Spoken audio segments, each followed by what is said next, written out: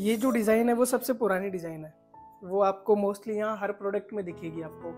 सबसे पुरानी डिज़ाइन है और सबसे मार्केट में सबसे ज़्यादा डिमांड में रहती है ये डिज़ाइन।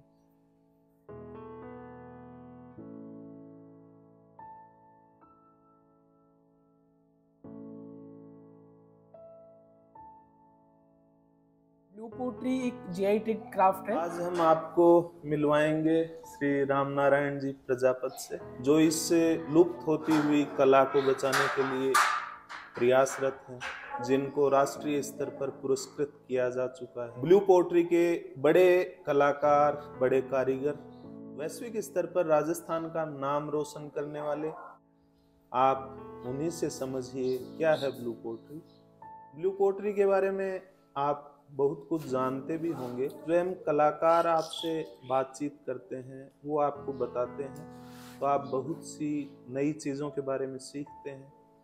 और जहाँ ब्लू पोट्री सबसे ज़्यादा बनती है वहाँ आप खुद आइए।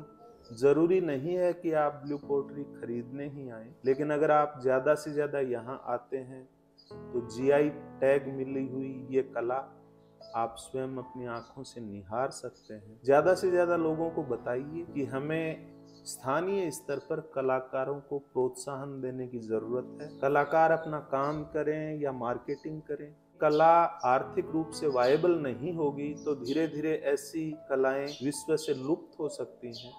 पहचान है ब्लू पोट्री की, एक तो हल्का होगा, इसमें मिट्टी का यूज नहीं होता है, और एक नीचे से रफनेस मिलेगा। कुछ क्वेश्चन बीएड में आए थे कि भाई ब्लू पोट्री सबसे ज़्यादा कहाँ बनती है। हमें भी लोगों ने बताया कि यार ये तो जो आसपास के जब जान पहचान थे उन्होंने तो बता दिया कोटजेवर, वरना कोई जानता ही नहीं था। नमस्ते, मैं राम नारायण प्रजापत। हमारा छोटा सा गांव है कोटजेवर, जो कि जयपुर सिटी से करीबन 50 किलोमीटर दूर है। यहाँ पे रोजगार का बहुत ही कम साधन थे, लोगों के पास रोजगार नहीं था। मैं और मेरे बड़े भैया दोनों ने मिलकर ये ब्लू पोट्री यहाँ गांव में चालू किया। 1990 में यहाँ चालू किया। 250-300 लोग इस रोजगार में जुड़ गए। करीबन 100-150 कारीगर हैं जो इसमें अपना जीवन यापन कर रहे हैं, और उनको वो जयपुर जाने के बजाय एक बहुत अच्छा महसूस करते हैं। गांव में रोजगार भी मिल रहा है, अच्छी आमदनी मिल रही है। तो ब्लू पोट्री की कहानी एक ये है कि ये प्योर हैंडमेड है, इसमें कोई मशीन का यूज नहीं होता है, इसमें काफ़ी परेशानियां भी आती है। सब कुछ काम करने के बाद में जब हम भट्ठी में इसको पकाते हैं तो हमारे नसीब से होता है कि इसमें कितना सही निकलेगा, कितना खराब हो। कुम्हार वाला काम है। इसका जो मटेरियल है, इसमें कतीरा गोंद होता है। कतीरा गोंद होता है, एक पेड़ का गोंद होता है जिसको गम भी बोलते हैं। ये यूपी साइड से आता है। क्वार्ट्ज पाउडर होता है, ग्लास पाउडर होता है, सज्जी और मुल्तानी, इनका एक मिश्रण होता है। तो उस अनुपात में हम तोल के शाम को भिगो देते हैं मिक्स करके, फिर दूसरे दिन उसको काम में लेते हैं। तो इसमें जो इस लचीलापन लाने के लिए कतीरा गोंद डालते हैं। ये पोट बनाना है। तो ये 1 2 3 4 पार्ट में बना हुआ है। प्लेट बनाएंगे तो एक प्लेट जैसे होगी, प्लास्टर ऑफ पेरिस की डाई बनाते हैं। उसके बाद में जो अपने चपाती बनाते हैं उस तरह से उस मटेरियल को बेल लेते हैं, फिर उस डाई में रख देते हैं। जो वेस्टेज होता है उसको हटा देते हैं, और राख और मिट्टी भर के उसको उल्टा कर देते हैं, तो डाई को हटा लेते हैं। तो वो शेप बनी रहती है। वो राख और मिट्टी सूखने के बाद में राख और मिट्टी हटा लेते हैं, फिर उसको साफ करते हैं। साफ करके वही मटेरियल उस पर लगाएंगे, जो गड्ढे हो जाते हैं उस पर लगाएंगे। गोल आइटम है, प्लेट है, तो उसको व्हील बॉटम होता है ये वाला, वो व्हील पे लगाते हैं। फिर वो सुखाने के लिए रखेंगे। सुखाने के बाद में साइन पेपर से साफ करेंगे, फिर एक बार वही मटेरियल फिर लगाएंगे उस पर, ताकि कोई गड्ढे नहीं रह जाए। अच्छा, हाँ। फिर साइन पेपर से साफ करेंगे। फिर उसके बाद में वाइट कोटिंग होता है। ग्लास पाउडर और क्वार्ट्ज पाउडर और पकी हुई मैदा, जो मैदा की रबड़ी बनाते हैं, वो उनका एक मिश्रण बना लेते हैं और घोल बना लेते हैं। फिर डिप करके निकाल देते हैं, फिर सूखने देते हैं। सूखने के बाद में फिर साइन पेपर से साफ करेंगे। साफ करने के बाद में फिर आर्ट वर्क होता है, जो ये बारीक जो लाइन होती है ना, वो होता है। इसके बाद में कलर होगा।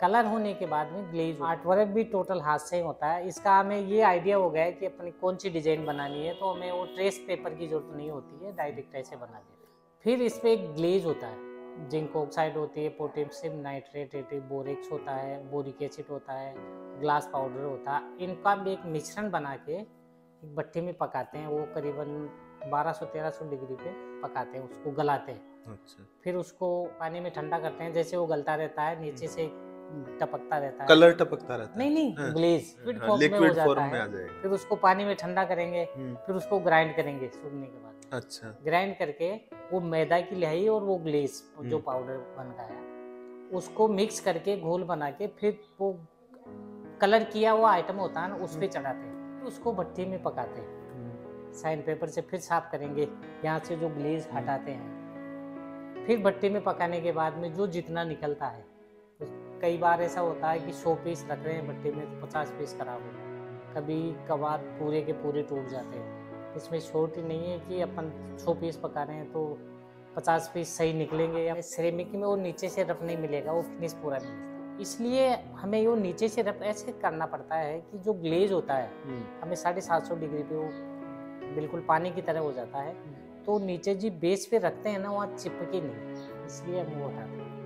वरना जो यहाँ से नहीं हटाएंगे वो रफनेस नहीं रहेगी तो वो जो बेस पे रखेंगे ना उसकी चिपक जाता है, इसलिए उसको हटाना पड़ता है। नीचे से खुरदरा रहेगा और एक लाइट वेट रहेगा। असली ब्लू पोटी की पहचान ये चटक कलर रहते हैं। सिरेमिक में इतने चटक कलर। वो कैंसिल हो गया ऑर्डर, वो सारा स्टॉक पड़ा है इसलिए।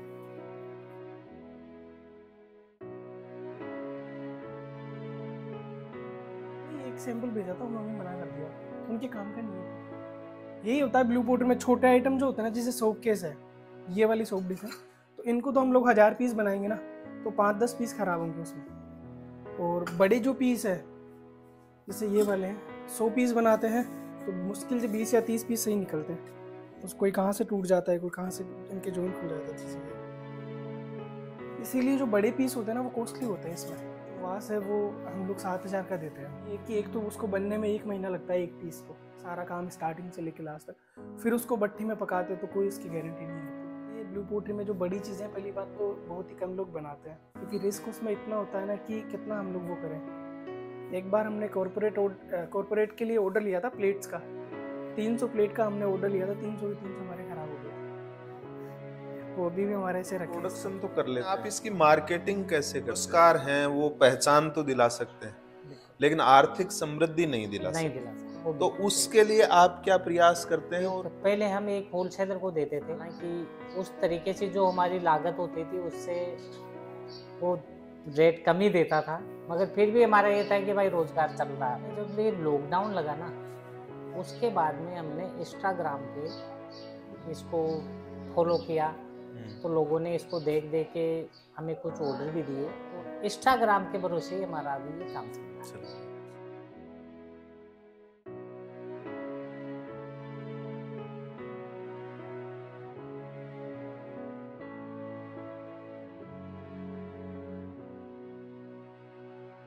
ब्लू पोट्री में हम लोग ऑक्साइड कलर यूज करते हैं, जो फायरिंग के बाद में ऑक्सीडाइजेशन होकर चेंज हो जाता है। पर्पल कलर है वो पकने के बाद में डार्क ब्लू में कन्वर्ट हो जाता है।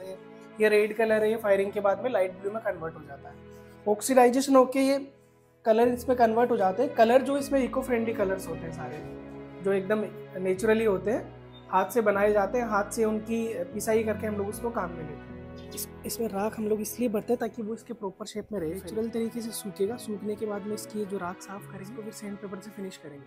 फिर इसके टूल्स के साथ में हम लोग इसकी फिनिशिंग करते हैं, अंदर से इसकी छिलाई करते हैं ताकि जो भी गड्ढे होते हैं ना वो एकदम लेवल में आ जाए।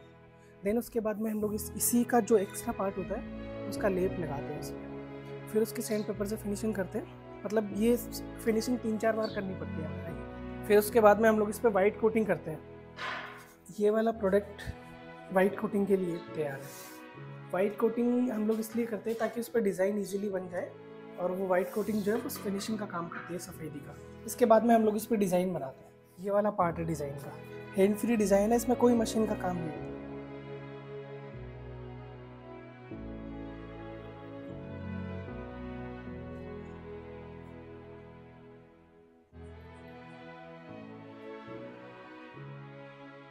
के बाद में कलरिंग होता है।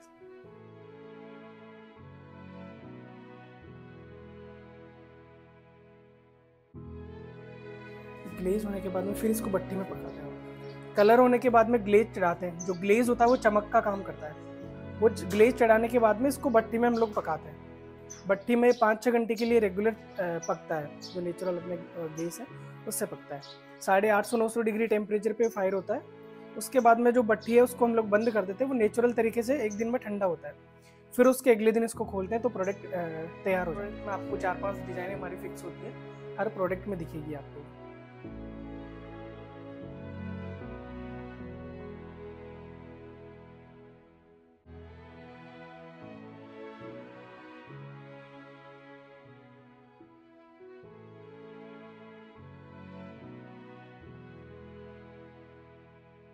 क्या ऐसा संभव है कि होलसेलर और इंस्टाग्राम के भरोसे ये लंबे समय तक टिक सकता है? देखो, जब तक लंबा काम तो तभी चलेगा, या तो एक्सपोर्ट हो या फिर गवर्नमेंट इसका खुद स्टोर खोले, जैसे अपने ट्राइफेड का है। हाँ, जो आदिवासी लोगों के लिए चल रहा है, या उस तरीके से हो। लंबे टाइम तक तो जब ही चल सकते हैं, वरना ये तो कुछ दिनों के लिए है। जैसे आपने 100, 150, 200, 1000 आदमी होंगे, वो बार बार तो खरीदेंगे नहीं। वो एक बार खरीद लिया, फिर काफ़ी सालों तक चलता रहेगा वो। तो वो लंबा टाइम तो जब ही होगा, या तो गवर्नमेंट इसके बारे में सोचे, मार्केटिंग करे। इतना हम भी नहीं कर पाते हैं, क्योंकि एक तो फाइनेंस का प्रॉब्लम होता है। क्योंकि बड़े काम में जितना बड़ा होगा उतना ही फाइनेंस की भी ज़रूरत होती है, पढ़े लिखे लोगों की भी ज़रूरत होती है। तो इतना हम सक्षम भी नहीं हैं। वैसे तो कोई भी आप हमें नाप बता सकते हैं, भाई हमें इस तरीके का आइटम चाहिए, वो हम बना सकते हैं। मगर जो बाउल है, प्लेट है, बाथरूम सेट है, फ्लावर पॉट है, ये काफ़ी आइटम हैं जो चलते रहते हैं। इसमें पैटर्न तो वही रहता है, खाली आर्ट पर अगर कलर चेंज होता है। प्लेट की डिमांड भी ज़्यादा होती है, क्योंकि हर आदमी ये सोचता है कि यार मुझे ये पिलर है, इस पे ब्लू पोट्री की प्लेट लगानी है। इसलिए है ऐसे एस्थेटिक्स के लिए, सुंदरता के लिए, सुंदरता के लिए। क्योंकि एक डेलिकेट भी, इसमें जो कतीरा गोंद होता है ना, वो पकने के टाइम में वो जल जाता है और उसकी जगह बन जाती है। अच्छा, अंदर स्पेस बन जाता है। स्पेस बन जाता है, तो उस वजह से थोड़ा टूटता जल्दी है, इतना स्ट्रॉन्ग नहीं। शुरू कहाँ से हुई है ब्लू पोट्री? जैसे इंडिया में पहले से थी या? नहीं, ये बाहर से आई हुई है। ये पर्शियन से आई हुई है। पर्शियन है, पर्शियन पोट्री है। वहाँ से अपने आगरा आई थी। अच्छा। और आगरा से सवाई जय सिंह जी और राम सिंह जी जयपुर लेके आए थे। महारानी गायत्री देवी ने इसका एक स्कूल भी खोला, मगर वो ज़्यादा दिनों तक चल नहीं सका, अभी तो वो बंद है। पाल सिंह जी शेखावत, उनको पद्मश्री मिला हुआ था इसमें, और उन्हीं का श्रेय है ये ब्लू पोट्री जिंदा है। के साथ एक नाथी माई थी, नाथी माई एक लेडीज थी, जो कलरकार कुछ काम करती थी। वो 3-4 लोग थे जो इनको जिंदा रखा ब्लू पोट्री।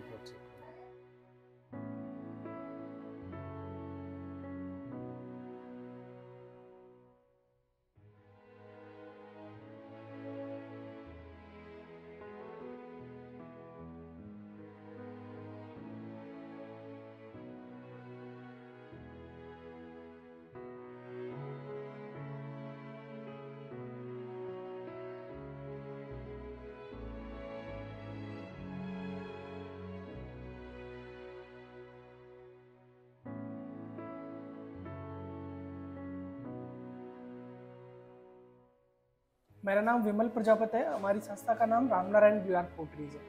तो हम लोग ब्लू पोट्री के जैसे जो आइटम बनते आ रहे हैं वो हम लोग सारे बनाते हैं। जैसे प्लेट हो गए, बाउल हो गए, ट्रे हो गए, फ्लावर पॉट्स हो गए। तो इसको आप ऑनलाइन भी खरीद सकते हो। और ब्लू पोट्री एक GI टैग क्राफ्ट है, जिसकी एक जयपुर की पहचान है कि वो जयपुर का स्पेशली क्राफ्ट है, और इसकी मार्केट में डिमांड भी काफ़ी अच्छी होती है। तो आप इसको हमारे इंस्टाग्राम का एक पेज है, उससे भी आप जाके खरीद सकते हो। हमारा खुद का चैनल है, वेबसाइट है हमारी, तो उसके थ्रू भी आप इसको खरीद सकते हो। हमारा इंस्टाग्राम पेज का नाम है जयपुर ब्लू आर्ट पोट्रीज के नाम से है। www.rnbluartpottries के नाम से हमारी वेबसाइट है, उस पर जाके भी आप खरीद सकते हो। वो जैसे कोई भी चीज़, जैसे प्लेट हम लोग यहाँ 400 रुपये की बेचते हैं, तो वो उसको 1500 से 2000 रुपये में बेचते हैं। तो तकरीबन 5 गुना वो प्राइस पे उसको सेल करते हैं। जबकि हमारे ये ब्लू पोट्री है जो कोट जेवर की एक स्पेशली है, वो कोट जेवर पे ही मोस्टली मैन्युफैक्चरिंग होती है। तो यहीं से हम लोग सप्लाई करते हैं जयपुर के शोरूम में, मोस्टली बाहर जो साउथ में इसकी डिमांड होती है काफ़ी अच्छी, तो तकरीबन 5 गुना रेट पे वो यहाँ से बेचते हैं उसको। तो आप कहिए ना कि भाई आप यहाँ से आके भी खरीद सकते हैं, 5 आदमी तो देखेंगे मेरे इस वीडियो को। जी, आप लोग हमारे यहाँ गांव में, गांव का नाम कोट जेवर है, यहाँ आके भी आप इसको खरीदोगे तो आपको सस्ते रेट पे मिलेगा, अच्छी क्वालिटी मिलेगा, और सबसे मेन फ़ायदा है कि आप प्रोडक्ट को देख के आप अपने हिसाब से खरीद सकते हो।